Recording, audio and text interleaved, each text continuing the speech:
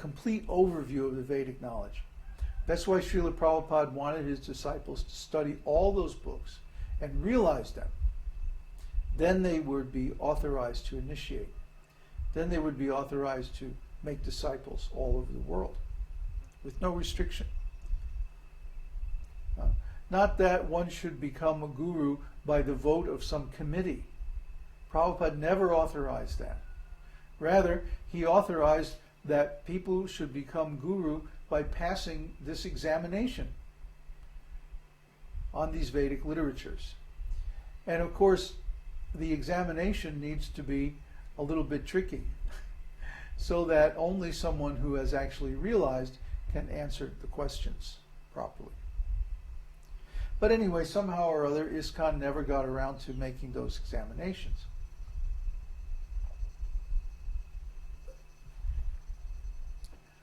So, therefore, we cannot say that any of the gurus in ISKCON today are actually authorized according to Srila Prabhupada's instructions. In order to do that, we would at least have to have a text of the Vedanta Sutra for them to study. But unfortunately, the only text that has been translated into English by any of our devotees is incomplete. It's missing approximately 20%. And I've gone all the way back to the source files held by the executor of that devotee's estate, and the information is gone. It's lost. It's not there. So part of what we have to do is to reconstruct this work that's been done so far.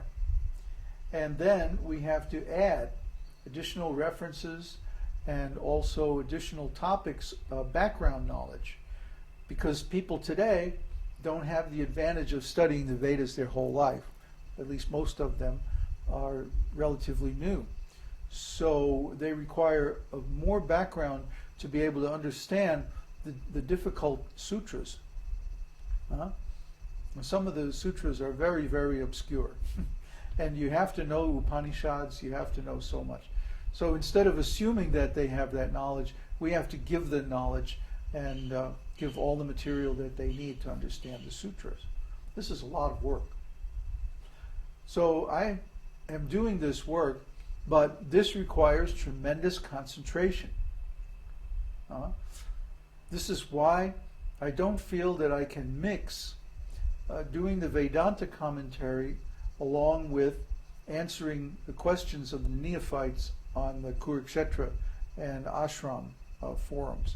I'm going to have to give up that service so that I can concentrate my mind on the Vedanta Sutra project.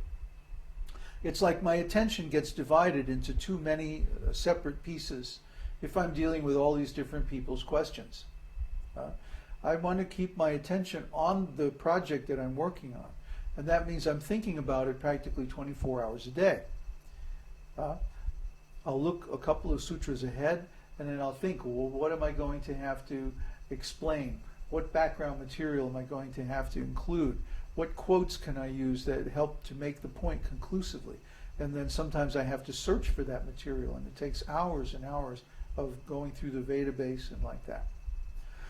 So I want to put my main effort into this writing project because it really needs to be done so that our lineage can continue. If there's no bona fide guru, if there's no one who is both self-realized and completely knowledgeable about all the topics in the scriptures, including Vedanta, then how can our lineage go on with the same level of purity and transcendental potency? You see? So it's vital that I have the time, the leisure, and the conditions necessary to finish this work. That way, our lineage, at least, our little school, Esoteric Teaching Seminars, will be a bona fide branch of the lineage of Lord Chaitanya. And there's so many factors that we have to deal with, but being in this environment in the country like this is really wonderful. It's the only reason why I can even contemplate doing this kind of work, because it's very difficult and exacting. So I'm asking for your help. I'm asking for the help of all the students, of all the visitors on this site, to please take up some of the service that I've been doing and free up my time and energy so I can concentrate on the Vedanta work. I hope it's not too much to ask. And to please support our retreat center in Mexico, because this gives us the conditions that we need to do this work. The concentration, the pure environment is very, very important. I don't think I could live in a city, even in a very nice situation, because the energy would not be conducive to the deep study and contemplation that's required for this kind of work. So therefore, I'm asking for the cooperation and help of all the students, of all the disciples, of all the guests. And if you can help me with this, we will have something in the next 6 months or a year or however long it takes me to finish this. We'll have something that no other school has. I mean, we already have so much like that. But we'll have something that's conclusively far and beyond all the others, and shows that we have the actual esoteric teaching of the Vedas. So in that way, we'll actually be able to attract the highest quality students, and also to give them the best knowledge that's available through our disciplic lineage. We want to implement all the instructions of Srila Prabhupada that his other disciples have failed to implement. And this is a very important one. Another really important one is that we have a self-sufficient agricultural community. And we have all the facility to do that now. All we're lacking is the people and the funding. So we have access to the best agricultural land, the perfect climate for growing anything, and where there's also a large supply of agricultural skilled workers here. People who have grown up doing nothing but organic agriculture, organic gardening. They know how to grow stuff. All we need is to put together some management structure and get a little land, which is very cheap here. And we can have a sufficient agricultural community, just like Srila Prabhupada always wanted. And we should do this. Actually, we have to do it if we're going to please Srila Prabhupada, because all of his other disciples have not followed his instructions on this point. The third thing that we want to do to satisfy Srila Prabhupada is to make a network of independent spiritual communities all over the world. Okay? We don't want to form another church. We don't want to form another hierarchy. We certainly don't want to form another organization. But we want to have a sangha. We want to have a fellowship, a brotherhood, a network of devotees all over the world who share these values and appreciate this knowledge and want to cooperate together.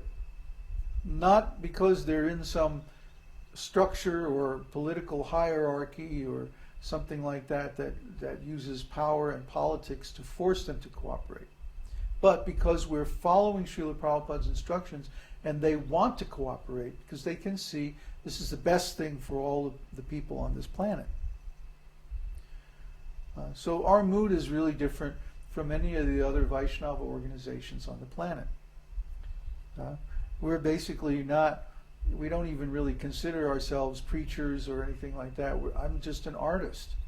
But somehow or other, Srila Prabhupada instructed me that you take on this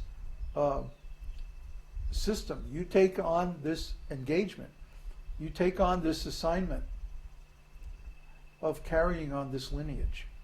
And he told me, you go outside ISKCON, leave ISKCON, become independent, and do your research and your sadhana outside. He instructed me like that just before his disappearance. So I had to do that. I was probably going to do it anyway. But because Prabhupada ordered me, I had to do it. For 25 years, I worked completely alone. Now, gradually, by Krishna's grace, some nice students are coming, and things are expanding a little bit. So I'm very excited because I feel like a lot of these objectives are within reach. And I want to really push to attain the things that Srila Prabhupada wanted. But his other disciples never did. We have to complete Srila Prabhupada's mission, complete his assignment, do the things that he ordered us to do, or what kind of disciples are we? And if we make some excuse that, oh, so-and-so is supposed to be in charge, it's his responsibility, it's not my responsibility, then we're actually part of the problem instead of